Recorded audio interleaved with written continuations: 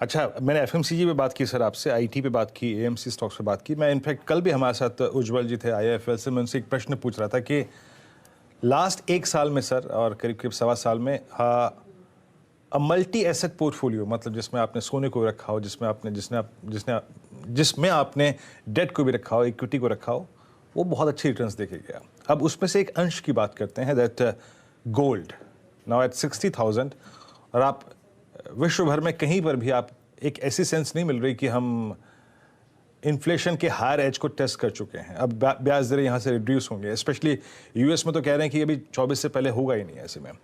ऐसे में गोल्ड आप बिलीव करते हैं कि यहाँ से और डोमिनेट करेगा? आई मीन 57,000 जो प्रीवियस हाई क्रॉस किया, नाउ वी आर 60,000। आपके पास फर्म रीजन है ये बिलीव करने के लिए कि अभी भी यहाँ से गोल्ड अच्छा करेगा, डोमिनेट करेगा?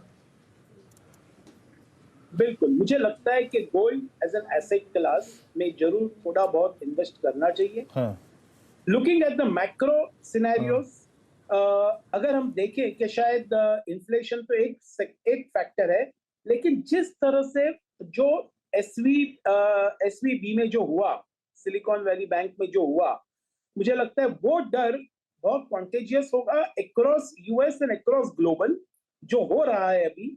और मुझे लगता है as an asset class people will shift their savings, a part of their savings from banks to some asset precious metals, और वो precious metals में शायद gold will hold the dominance।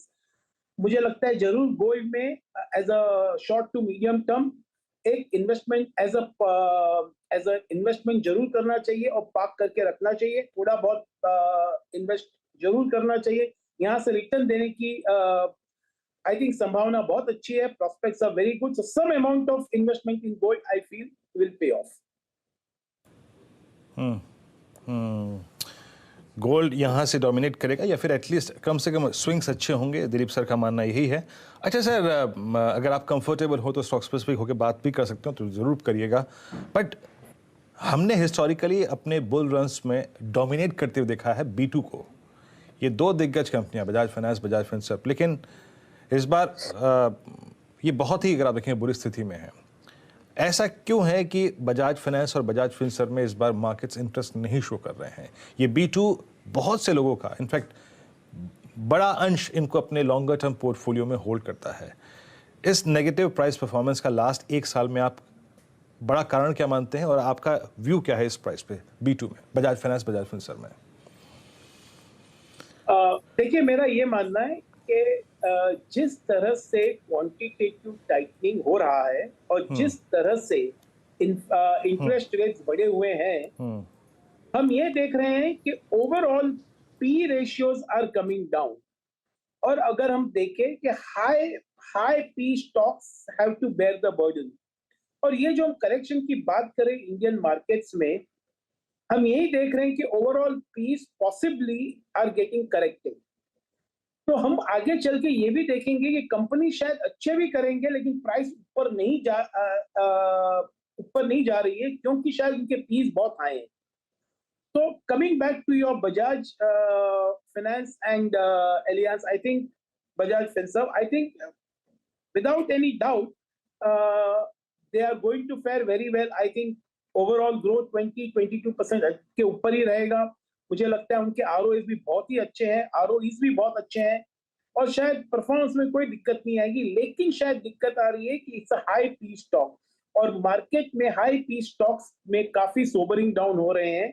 और मैं यही वजह मानता हूं कि बजाज शायद आगे भी चल के another 6 month 9 month possibly till the time this quantitative tightening continues, I think the sobering impact of fees will be felt on Bajaj Finance very prominent।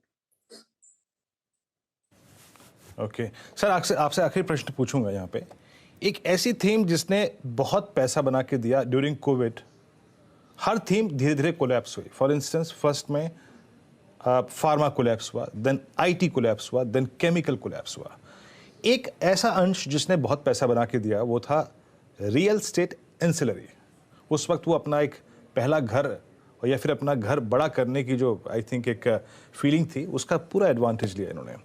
But अब इन EMIs पर, इन बढ़ी हुई EMIs पर रियल स्टेट भले ही गिरा हुआ हो ना हो, लेकिन रियल स्टेट एंसिलरी में पेन विजिबल है। आई थिंक मैं 2 दिन पहले सेंचुरी प्लाइस से बात कर रहा था, उन्होंने कहा हाँ डिमांड थोड़ी श्रिंक हुई है और एक जो टेंडेंसी, एक फीलिंग थी to move towards brand rather than unorganized market, higher prices पे वो भी थोड़ी सिंक हो रही है। तो real estate ancillary, for instance Astral, for instance Century Ply, for instance Polycab, इन पे आपका टेक क्या है इस वक्त? क्या प्रॉफिट्स को कैश में कन्वर्ट करना चाहिए अब? जहां तक ये सप्लायर्स टू रियल एस्टेट और ancillaries to real estate are concern, मैं यही मानता हूं कि अभी भी डिमांड काफी अच्छा रहेगा इनके सेक्टर में। Demand will be very good, थोड़ा बहुत आगे पीछे हो सकता है, लेकिन demand for real estate specially the premium houses, भले एक बंच ऑफ बाइंग हो गया तो शायद यहाँ से थोड़ा बहुत इट माइट ईज ऑफ, लेकिन ओवरऑल प्रीमियम सेक्टर बाइंग तो अभी भी काफी अच्छी चल रही है और शायद वो बनी रहेगी। हमने पिछले दिनों में ही देखा कि डीएलएफ ने एक लॉन्च किया, I think the ticket size was almost 6 to 7 crores और they sold almost 8,000 crores worth of flats. तो मुझे लगता है कि शायद ये एंसिलरी का डिमांड बना रहेगा, थोड़ा बहुत आगे पीछे हो सकता है, लेकिन on a longer term basis इनमें इन्वेस्टेड रहना चाहिए। Unless and until their fees become very expensive, I think otherwise one should remain invested. Okay Dilip sir, बहुत बहुत शुक्रिया, आप इस कार्यक्रम में शामिल हुए सर और सभी सेक्टर्स पे खुल के बातचीत करी। शुक्रिया सर और नमस्कार और have a nice weekend sir. बेहद खूबसूरत रहे आपका ये सप्ताह अंत, इन्हीं शुभकामनाओं के साथ सर। जय नमस्कार सर।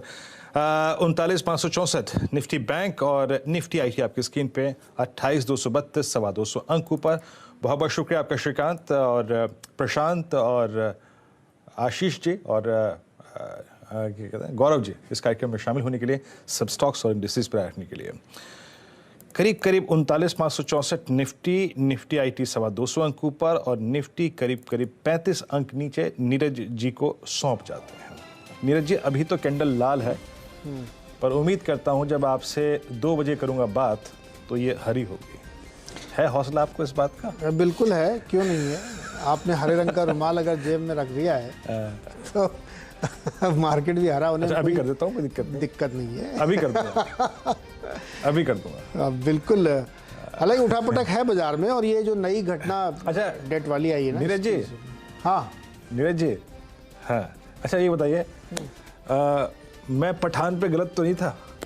नहीं, अभी मैंने 15 मिनट देखी है सिर्फ, तो मंडे को मैं आपको रिव्यू दूंगा। अभी अच्छा वो हेलीकॉप्टर उड़ता देखा कि नहीं देखा? नहीं, अभी नहीं। हेलीकॉप्टर उड़ता हुआ देखा कि नहीं देखा?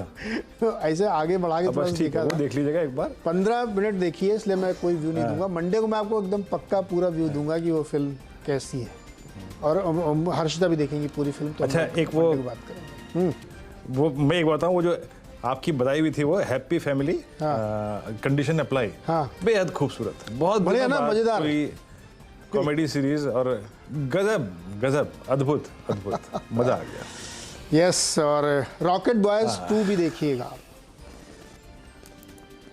अच्छा वो भी अच्छी सीरीज है, रॉकेट बॉयज 2। ओके चलिए, तो चलिए अब शुरुआत एक की काम जाए। करते हैं, 10 के दमदार ट्रेड को यहीं खत्म करते हैं और नीरज जी शुरुआत करेंगे ट्रेडर्स हॉटलाइन। हाँ, ट्रेडर्स हॉटलाइन की शुरुआत करते हैं। मार्केट अभी तो लाल में, कोशिश करते हैं कि ग्रीन में आए, और कुछ बातचीत करेंगे जो डेट म्यूचुअल फंड का इंडेक्सेशन बेनिफिट खत्म किया गया है उस पर भी। लेकिन सबसे पहले इस वक्त की हेडलाइंस देखते हैं।